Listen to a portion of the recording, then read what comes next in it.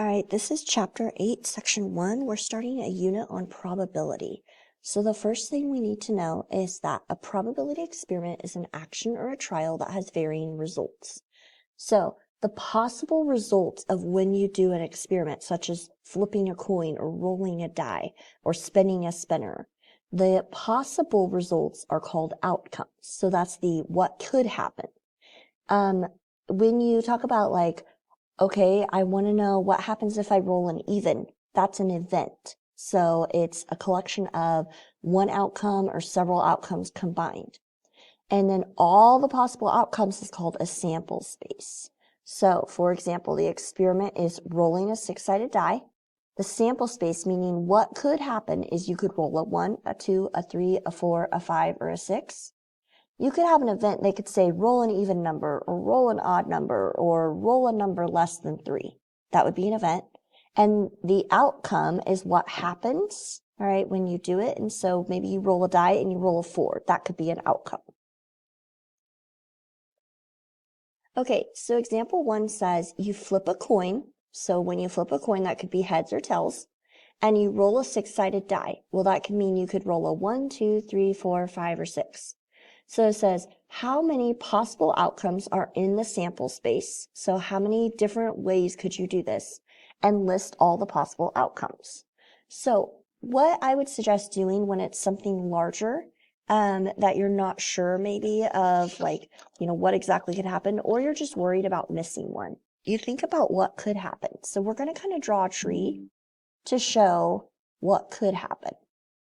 All right, so you could flip a heads, or you could flip a tails. Now, that's all you can do on a coin. Now, after you flip the coin, you could roll the die, and you could then get a 1, a 2, a 3, 4, 5, or 6. And then same thing, if you had flipped a tails first, then when you roll the die, you could still get a 1, 2, 3, 4, 5, or 6. That's still your possibilities. So when you combine them, you could have a heads with a 1, a heads with a 2, a heads with a 3, heads 4, heads 5, heads 6, tail 1, a tail with a 2, a tail with a 3, and so on all the way until you get to a tail with a 6. So those are all the possible outcomes, and that means you have 12 possible outcomes. So they asked you how many, it's 12. And they also asked us to list them off, and so we did right here. And so using the tree just helps me when it's something with a lot of different options so I don't miss one. Okay, so the probability of an event can go anywhere from 0 to 1. So it can include 0, meaning 0%, meaning that there's no chance it will happen. And it can include 1, meaning 100%, which is it will absolutely 100% happen. There's everything in between from 0 to 1. So 0.5 or 1/2 is a 50% chance that it will happen. So when you're talking about the outcomes of something happening, that's called favorable outcomes. That means the different ways that it makes it true. So when we talk about probability, we write it like this, P of A, so P parentheses A, and that's how we describe probability. So we're going to work on finding theoretical probability, which theoretical probability is just finding the probability something will happen in theory. So we're not actually rolling a die or flipping a coin or spinning a spinner. We're just saying mathematically, this is the likelihood of it happening. And so you take the number of ways it can happen out of the total number of ways that something can occur.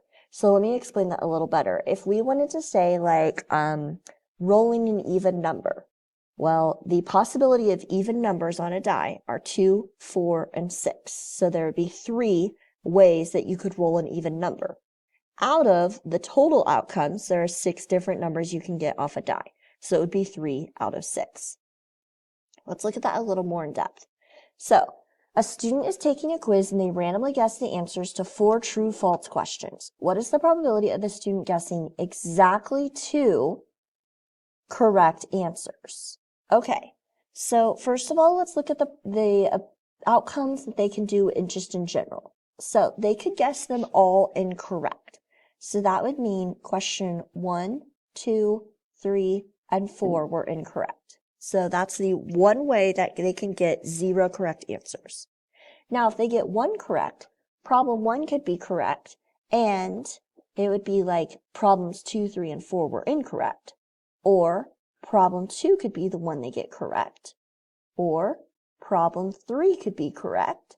Or problem 4 could be correct. Those are all the different ways they could get one answer right. All right, 2 answers right is a little more complicated. So we've got to really, I use a pattern to make sure that I get all the different ways figured out. So let's just say that I'm locking in that number 1 is correct.